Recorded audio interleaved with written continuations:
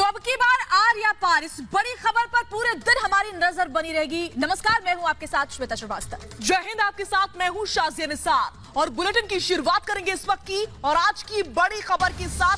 भारत और चीन सैनिकों के बीच झड़प हुई, भारत के 20 जवान इस दौरान शहीद हो गए। न्यूज एजेंसी ANI के हवाले से बड़ी खबर की जानकारी। चीन के 43 सैनिक हताहत हुए हैं। इस बीच लद्दाख के गलवान घाटी में यह झड़प हुई थी, जिसकी कल से लेकर अब तक की जानकारी ताजा आंकड़ों के मुताबिक इस वक्त आपकी टीवी स्क्रीन पर है। कल देर रात तक बैठकों का दौर चला।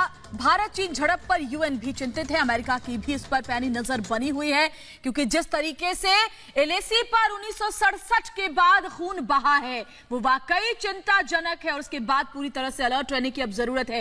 हालांकि चीन भारत पर आरोप लगा रहा है, लेकिन चीन को भी पता है कि उसने क्या किया है और किस तरह से विश्वासघात किया है। ये दो तस्वीरें हम आपको दिखा रहे हैं। हमारे 20 जवान शहीद हो गए हैं इस झड़प में, जबकि चीन के भी कई सैनिक मारे गए हैं।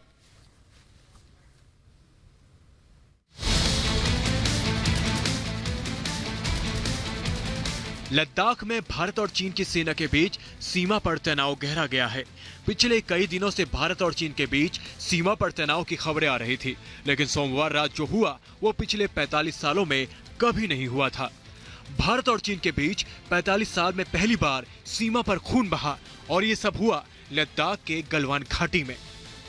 चीन की सेना के साथ खूनी झड़प में भारतीय सेना के 20 जवान शहीद हुए हैं, जिनमें एक कर्नल भी शामिल है, जबकि 17 जवान गंभीर रूप से घायल हैं।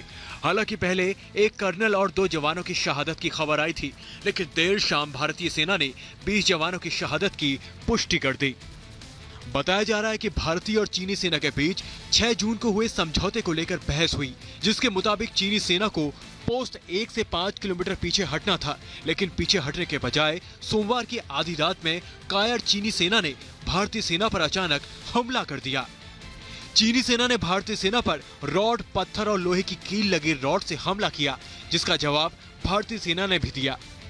न्यूज एजेंसी ANI के मुताबिक इस खूनी झड़प में चीन के 43 सैनिक भी हताहत हुए हैं। हालांकि अब तक चीन की तरफ से इस बारे में कोई आधिकारिक बयान नहीं आया है। भारतीय और चीन की सेना के बीच LAC पर हुई झड़प के बाद भारतीय विदेश मंत्रालय ने भी बयान जारी किया है।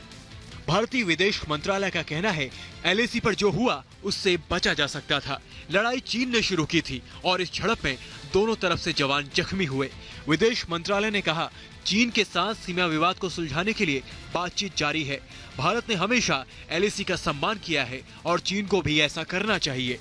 इस बीच दिल्ली में ताबड़तोड़ बैठकों का दौर जारी रहा।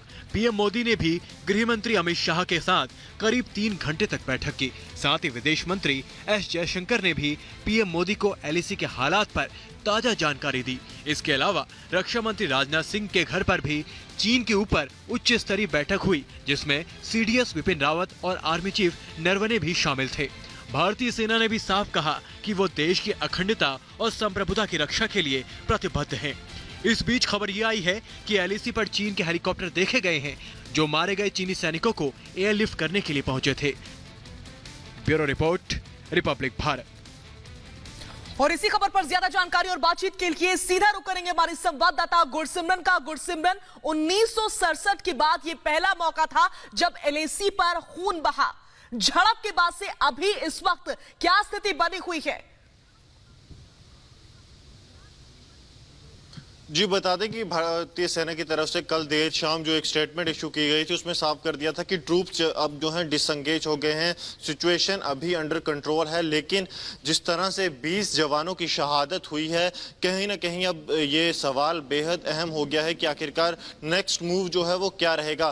क्योंकि ये जो 20 जवान हैं, एक पीस स्टेशन में इस तरह की जो है होना कि जिस तरह वायलेंट झड़प होना और उसके बाद 20 जवानों का मारा जाना कहीं ना कहीं चिंता का विषय है, और वो भी ऐसे समय में जब चीन की तरफ से कहा गया था कि जो टॉक्स हैं वो होनी चाहिए डीएस्केलेशन के लिए, और जब वो प्रक्रिया पूरे अपने चरम पर थी, क्योंकि चीनी सेना पीछे हट रही थी लगातार और लग रहा था कि अब चीजें जो हैं बैक टू अप्रैल 2020 जा रही हैं, जहां पर कि बिल्कुल स्टेटस को मेंटेन था। चीन अपने इलाके में था, वो चीन आगे नहीं बढ़ा था, भारत जो है वो अपनी सीमा में ही रहा है। लेकिन इस तरह चीन की तरफ से ये वायलेंट झड़पें होना और उसके बाद 20 जवानों का मारे जाना, कहीं ना कहीं देश में अब रोष की लहर है कि चीन को अब सबक सिखाना ही होगा, क्योंकि निश्चित तौर पर चीन को भी हताहत जरूर हुई है, लेकिन हमारे जवानों की जान जो है वो इतनी भी सस्ती नहीं है कि जो इतने लोगों से हम जो है ये मान जाएंगे कि हमने बदला बिल्कुल ले गुस्से लिया। में, और बदले के 20 लिए कुछ योद्धा ऐसा करना हमने होगा खोए जिससे चीन को हैं, और सख्त- ये इसका सबक चीन पहले सीख चुका है, भले ही चीन इसे स्वीकार ना कर। हमारे साथ wing commander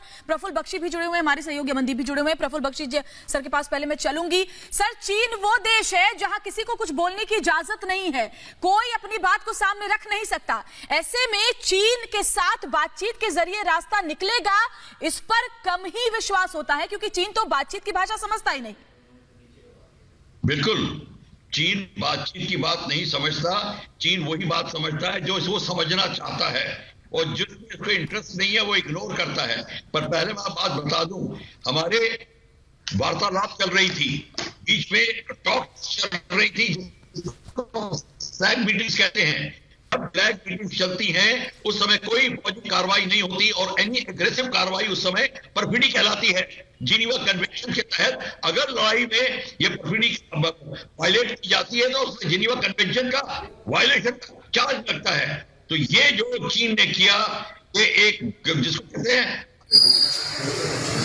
something adverse news, if I hear something goes on, keeping in this her mind, she has called me through her relative phone. And then we did not believe, both of us did not believe, and I started inquiries from armies, higher up armies. One of the officer, he told me that uncle, okay, I'll call you later, I'll inquire and I'll update you.